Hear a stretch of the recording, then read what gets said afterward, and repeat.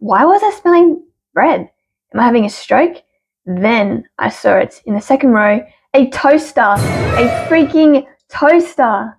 Hi guys, welcome back to the Quora Zone. Today we're reading from, as a teacher, what is the most shocking thing you've ever seen a student do? Our next post is from Heather Butler.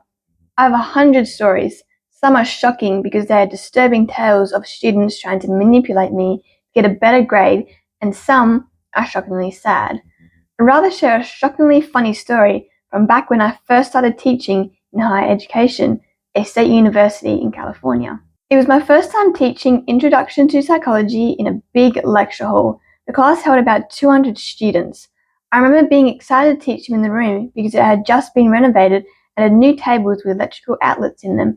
This also made me nervous because it meant students would be bringing in their laptops and could get easily distracted, so I'd have to up my game to keep their attention. This ring light is burning my eyes right now.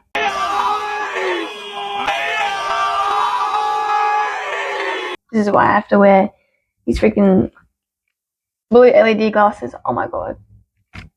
Anyway, on the first day of class, I was trying to give up an inspiring first day rundown of the course, which would convey how awesome psychology is and set the tone for the rest of the term. When an object popped up in my peripheral vision, it was so fast that I couldn't tell what it was. It jumped up, then back down again, and then disappeared in an instant. As I continued speaking, my mind started racing. What was that? My eyes started scanning the room for an object out of place, but before I could find the object, I smelled something. Something delicious. Toasted bread? Why was I smelling bread? Am I having a stroke? Then I saw it in the second row, a toaster, a freaking toaster. It's crazy. I kept talking, but I couldn't stop smiling, and soon other students were staring and giggling. The young man had gone through the trouble of bringing a toaster, bread, jam, and a knife to the first day of class. The object that I saw was this toasted toast popping up out of the toaster. I told him that next time he should bring enough to share, and carried on with class. This was definitely the most shocking thing I've ever seen a student do. Have you guys ever been to a lecture hall in university or college and someone has bought something as crazy as like a toaster, or even more crazy, to your class? Let me know in the comments. Alright, I saw this funny post in the comments of the story. This one is from Victor Mazimanian. I had this bright student who came to my class like clockwork every other day. I always advised her that punctuality was an asset trait to have. 3 weeks later, I asked her point blank why she was late regularly every other day. She explained that she had gym prior to my class on those days, and she came late because she was changing her clothes. I suggested that she plan her day and time better, and come to class on time. Like magic, she came right on time 2 days later, but she was wearing her gym outfit. I thanked her for trying, and then she took off her gym outfit and stood in her undies in the middle of the lab. The silence was deafening. She then slowly and deliberately put on her normal clothes. 10 years later, I was not shocked at all to see a star in her own sitcom. Our next post is from Janelle Bullock. Just as a preface, I teach pre-K 4 and 5-year-olds right before kindergarten, a pre-K through 12th grade school. My two stories are shocking because of how disgusting and ridiculous they are. Now, going into teaching pre-K, I never thought that I'd have to say the things that I have had to tell the students over the years of my teaching. The first time I had to tell a child not to lick the bottom of their shoes, I thought to myself, I can't believe I just said that. But over time, the things that I've had to say just get crazier and crazier. Earlier this year, while monitoring a bathroom break, I was trying to make sure each child tried to go to the restroom, button their pants, and wash their hands with soap.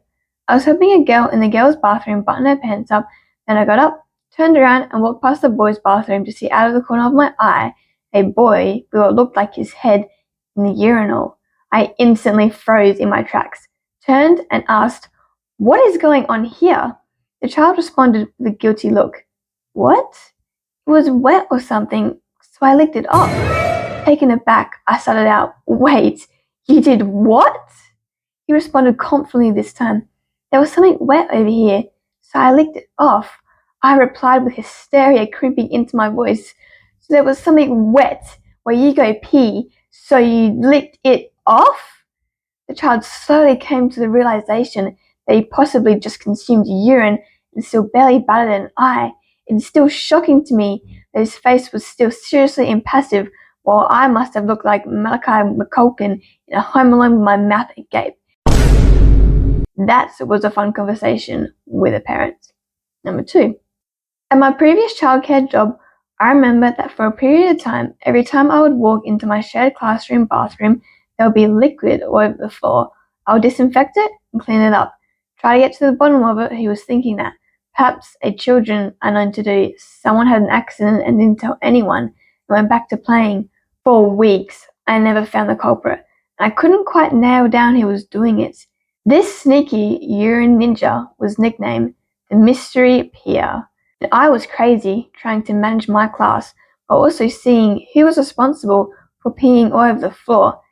Finally, one day I happened to go near the bathroom while grabbing a bucket of toys down from a high shelf when I heard it, the distinct sound of liquid hitting tile floor. At last, I found who it is. I opened the door to see a young boy, completely naked, doing the helicopter. You know what I'm talking about. While peeing.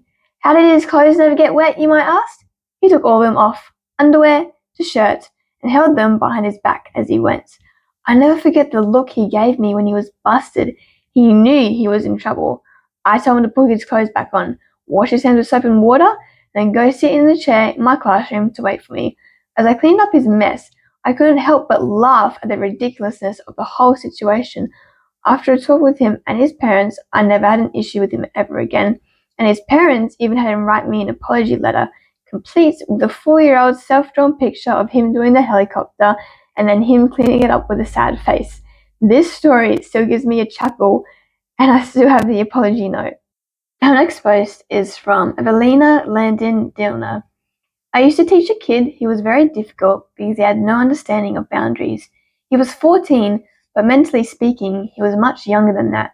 Still very much a child. Even though he was a teenager, his parents were reluctant to let him be alone at home because they were afraid that he would accidentally hurt himself trying out something cool he'd seen online. My classroom at the time was on the 2nd floor. There's one small section of the school that's only 1 floor, and the roof of that section juts out beneath the windows of that particular classroom. One day, I turned my back on the class for no more than a few seconds. When I turned back, the kid had gotten the window open and climbed out. He was standing on this slippery, steeply sloped roof, laughing his ass off, and the only thing I could do was yell at him to come back in right this instant. I didn't dare try to grab him because I was afraid that he would fall. He did come back in after a minute or so. Everything was fine. For that minute, I was terrified. Alright guys, that is all with the Quora Zone today. I hope once again you guys enjoyed this video. Let me know if you guys have any stories about a student in your classroom doing something crazy. Let me know in the comments, or you can put it in my email, which I can then post to my channel. And don't forget to like, comment, and subscribe for more.